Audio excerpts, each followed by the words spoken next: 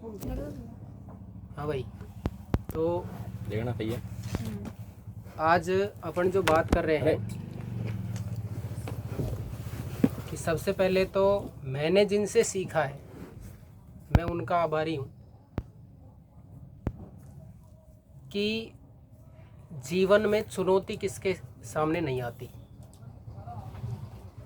ऐसा कोई नहीं है जिसके सामने चुनौती नहीं हो, चाहे वो जानवर के रूप में हो, चाहे वो इंसान के रूप में हो। इसके लिए मैं एक कहानी बताऊं आपको छोटी सी, कि एक बार एक बाज था। वो बाज उड़ान भर रहा है, लेकिन बाज की औकात देखना, और उसके ऊपर आकर एक कौवा बैठ जाता है। बाज के ऊपर आकर कौवा बैठ जाता है, और वो कौवा बाज को उड़ान भरने में बाधा उत्पन्न कर रहा है, रुकावट उत्पन्न कर रहा है। कहाँ बाज की औकात और कहाँ कौवे की औकात, कहाँ राजा भोज और कहाँ गंगू तेली।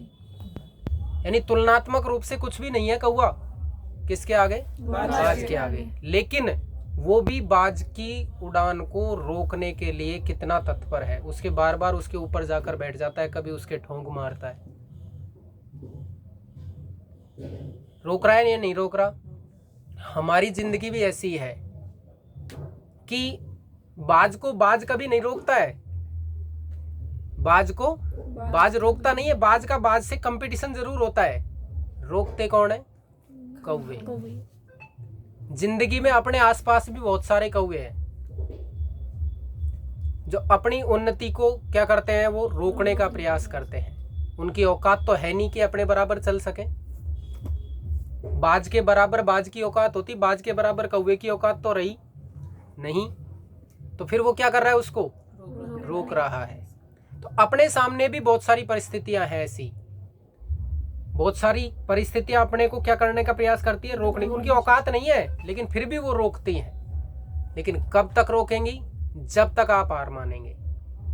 अगर वो बाज उस कौवे से प्रभावित होकर अपनी उड़ान को क्या कर देता, रोक देता, कम कर देता, तो क्या वो कौवे से जीत पाता।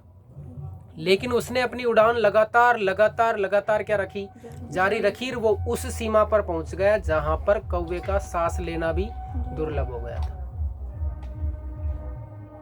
यही कंडीशन अपने साथ में है कि अपन किसी भी क्रिया को करें तो लगातार उस लेवल पर करें, उस लेवल पर करें कि प्रभावित करने वाला एकदम जाके क्या हो जाए, असफल हो जाए।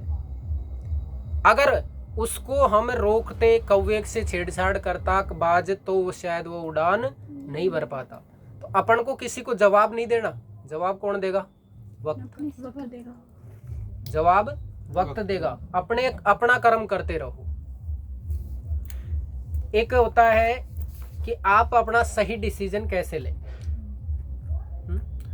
सही डिसीजन नहीं ले पाने के कारण कितने ही काम बिगड़ जाते हैं कि बिना विचारे जो करे सो पाछे पछताए, काम बिगाड़े आपनो जग में होत हंसाए। कि एक बार एक राजा था, उस राजा के 3 संतान थी।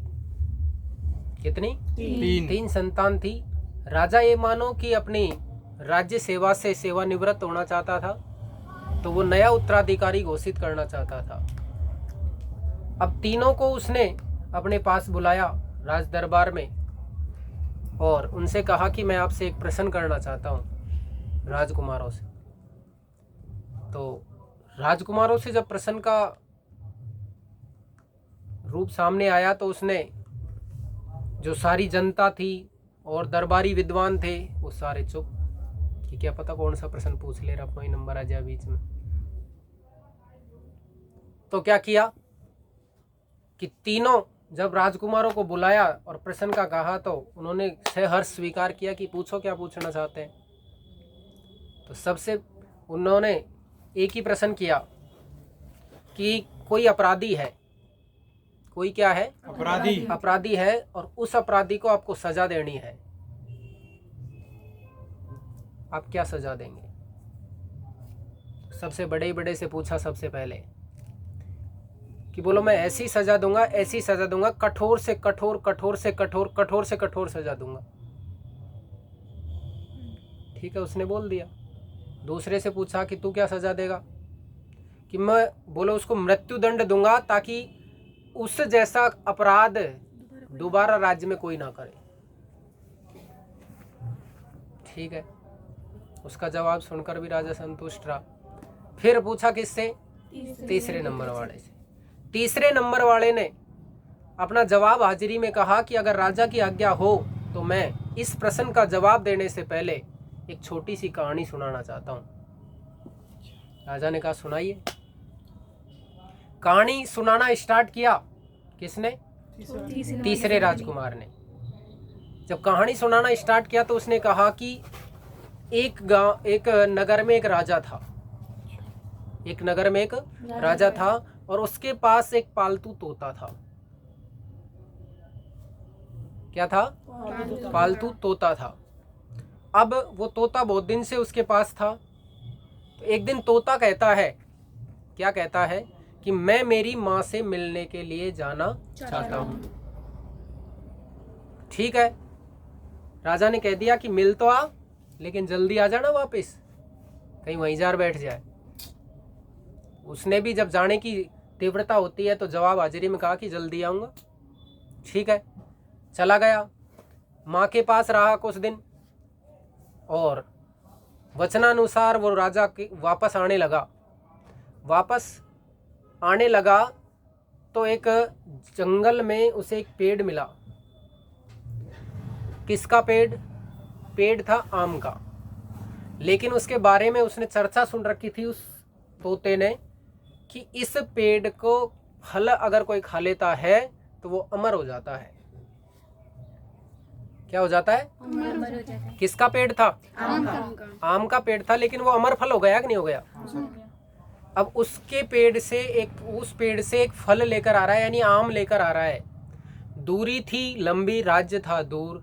तोता रास्ते में थक जाता है तो वो एक रास्ते में एक पेड़ के पास नीचे, मतलब पेड़ की वहां पर बैठ जाता है। वहां पर क्या होता है, उस पेड़ में एक सांप था। वो सांप उस अमर फल में से कुछ खा लेता है तो वो फल किसका था? आम का। अब वो क्या हो जाता है? जहरीला हो जाता है। लेकिन इस बात का पता तोते को नहीं था। अब तोता उस फल को लेकर राजा के पास पहुंच जाता है। राजा को वो सहर्ष देता है। क्यों देता है? क्योंकि उसके अनुसार वो अमर फल था। अमर फल था तो मेरा जो स्वामी है वो क्या हो जाएगा? अमर हो जाएगा।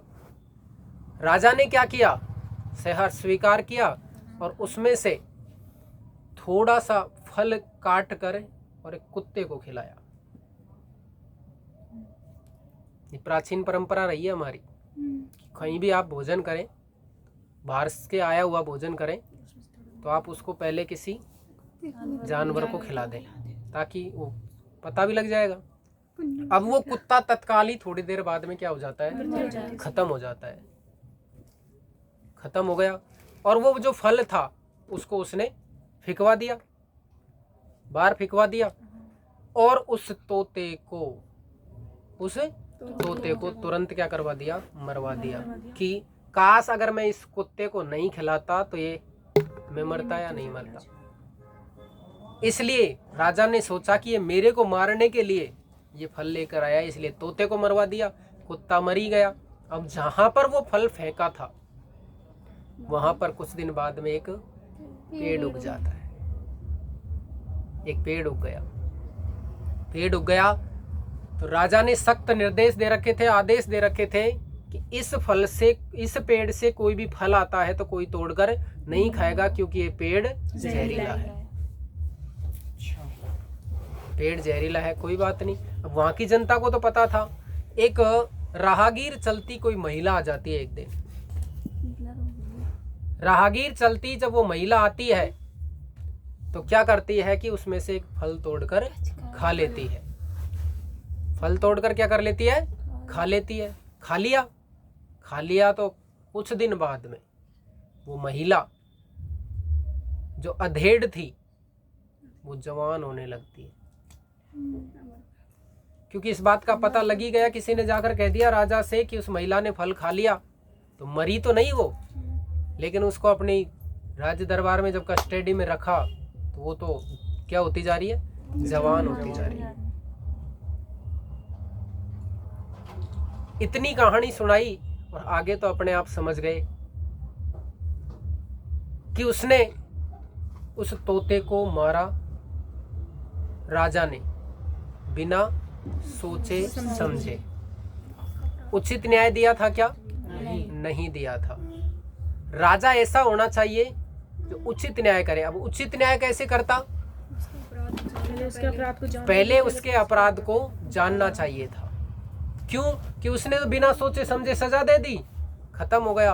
अब उसको बड़ा पछतावा हो रहा था कि वास्तव में जो वो फल था वो अमर फल था, लेकिन जिस भाग में जहरीलापन था वो कुत्ते ने खा लिया, बचा हुआ तो अमर फल था। और चलो नहीं खाया, कुत्ता मर गया, तो उसको उसकी जांच करनी चाहिए थी कि आखिरकार क्या रहा, क्या कमी रही। तोते से पूछते, तोता जहाँ से लाया वहाँ से पूछते और जांच करते, तब जाके अगर अपराधी को क्या दी जाए, सजा दी जाए, तो बिल्कुल भी दुख नहीं होता। लेकिन निरपराधी को सजा दी जाए तो दुख होता है। तो जो तीसरा राजकुमार था उसने कहा कि मैं किसी अपराधी को सजा नहीं दूंगा, पहले मैं उसकी तह तक जाऊंगा कि किसकी कमी है, क्या कमी है। आपकी परीक्षाओं में, चाहे वो छोटी से छोटी बीएड बीएचटीसी की परीक्षा हो, चाहे आपकी टीचिंग की परीक्षा हो, टीचिंग एप्टीट्यूड की हो, साइकोलॉजी की हो, इसमें अनेकों एग्जामों में प्रश्न आते हैं कि किसी भी समस्या के समाधान के लिए आप सबसे पहले क्या करेंगे? उसका निदान करेंगे। निदान का मतलब होता है उस समस्या को जानना, उसकी तह तक जाना। किसी भी समस्या को तह तक जाए बिना आप अगर निर्णय लेते हैं तो आपका निर्णय किसी भी कंडीशन में ठीक नहीं हो सकता। जैसे अपन किसी डॉक्टर के पास जाते हैं तो डॉक्टर अगर डायरेक्ट गोली दवाई लिख कर दे देता है तो इसका मतलब वो डॉक्टर केवल आईडीए से दवाई दे रहा है, अपनी रोग की अभी दवाई उसने नहीं दी है। अगर वो डॉक्टर अपनी क्या करवाता है, जांच करवाता है, जांच करवाने के बाद रिपोर्ट के अनुसार तब जाके वो दवाई देता है, तो माना जाएगा कि उसका सही उपचार हो रहा है। बात समझ में आई या नहीं आई? तो निर्णय कभी भी लें तो पहले उसकी तह तक जाएं, उसकी कमजोरी को जानें कि क्या कमी रही है जिसकी वजह से ये स्थिति पैदा हुई है। अपने जीवन में अपन असफल हैं या सफल हैं, या अपन को बार बार असफलता मिल रही है, अपन किसी एग्जाम में पास नहीं हो रहे हैं, तो उसके लिए अपन को क्या करना है? निदान। खुद सोचें, खुद पता लगाएं पहले कि अपनी कमी क्या है, कौन से सब्जेक्ट में कमी है, कितनी कमी है, तो उस कमी को क्या कर देंगे, अगर अपन पूरा कर देंगे, अगर उसका सप्लीमेंट दे दिया जाए तो क्या वो पूर्ति नहीं होगी? पूर्ति हो जाएगी तो हम सक्सेस हो जाएंगे। हमारे शरीर में यही तो होता है, किसी सप्लीमेंट की कमी या किसी सप्लीमेंट की अधिकता के कारण हम रोगग्रस्त होते हैं। अगर उसका संतुलन वापस कर दिया जाए तो क्या हो जाते हैं? हम स्वस्थ हो जाते हैं। इसलिए हमारे जीवन में हमेशा निर्णय लें, लेकिन निर्णय सोच समझ कर लें, दिमाग से लें। बात समझ में आई? धन्यवाद।